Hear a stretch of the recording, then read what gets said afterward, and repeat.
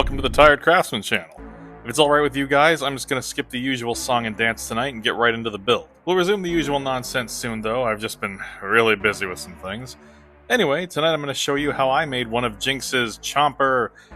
Actually, not really sure if I should say that word on here, but you know what it is. Anyway, I'm going to make a foam prop from Arcane, and that's all you need to know. I'm going to start off with that half sphere part on the bottom, and to do that I'm going to pull a pattern off of this half of a plastic Christmas ornament. To do that I wrapped it in tin foil and covered that in tape. That way I can cut it apart and turn it into a flat pattern that I can trace onto some foam. And it just now occurred to me while doing this recording that I could have just used the ornament itself for the bottom and saved myself like 20 minutes. But hey, I promised you a foam prop, and I'm a man who keeps his promises, which is why you should probably take my threats more seriously. I will rule the world one day, Elon Musk be damned. Sure, he's had decades more time than me to prepare, but never underestimate the tenacity of a brilliant 26-year-old.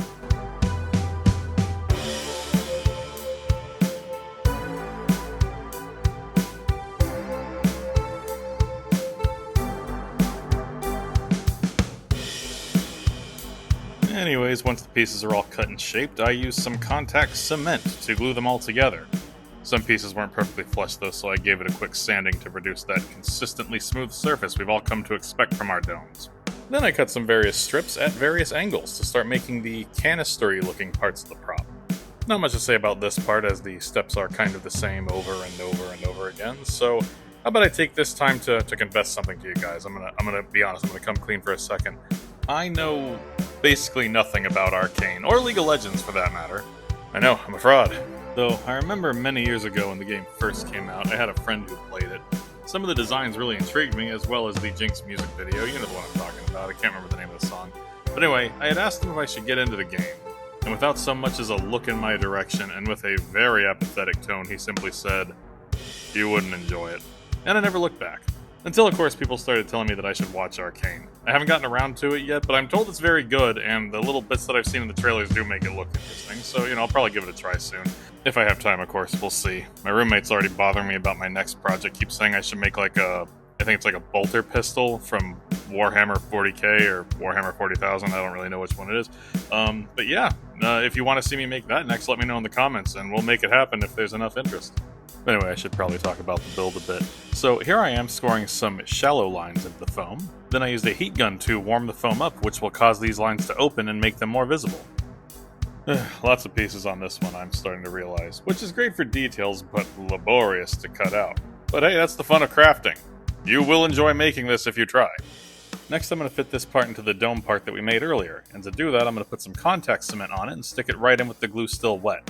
Once it's dry, it should hold just fine. Because the thing is, if I waited for it to dry, then I tried to put it in, it would get stuck immediately and would never go down. But if you do it like this, you can slide it in and it should bond just as good. I think. I've done it before and it worked. Was it a fluke? I don't know. Now, the more astute viewers may have picked up on a pattern at this point and anticipated more cutting and gluing of foam, and they would be correct. Maintain those powers of observation, my friends. It will serve you well in the future. Next, I cut this hard-to-describe shape out of some thinner craft foam. The thickness always eludes me when it's time to narrate, but if you go into the craft store and find foam that makes you think, damn, that's some pretty thin foam, then that's probably the kind I'm using here. Anyways, after gluing various crap together, I started on the adorable little chompy jaws. That's actually the part that piqued my interest in this prop, not unlike something I would put on one of my original designs. I'm not going to make it move because that's hard and I'd have to think more, but I'm certain someone else has already done that on YouTube, so if that's what you need to know for your own build, then I think you'll still be okay. Though that might call for some 3D printing, which is something I know nothing about. My boy Theo over on Slimehouse TV is a pro though, so I might have to start consulting with him. For those of you who like handmade projects though, don't worry, I think that will always be my main thing over here, so I got you. Then it's on to cutting more little shapes and stuff that goes on this thing, like a lid for the cylinder thing. It also has some bolt looking things all over the bottom, so I cut up this foam dowel to make those parts. And I actually did it that fast, but don't let that intimidate you, you'll get there too if you practice. And then I put contact cement all over everything and started sticking pieces in with no real measuring or any way of knowing if they were evenly spaced. That's the power of confidence. And sometimes confidence is unwarranted. Then to make the lever thing that these devices so often have, I decided to just try heat forming a piece of foam to see if I could make it hold a curve on its own, and to my surprise it actually did. Honestly, I really didn't think that would work that well. It might be better to use plastic like styrene though, so if you have that, I'd probably go with that. But this does seem to work. And then there's this little octagon loop thing on top, and for that I took a thin piece of aluminum and bent it into that shape. This is another piece that could be done in plastic and would probably be easier to work with than metal, so keep that in mind. And we're also going to need a little pull pin thing, so I just wrapped part of a coat hanger around a wooden dowel and cut it.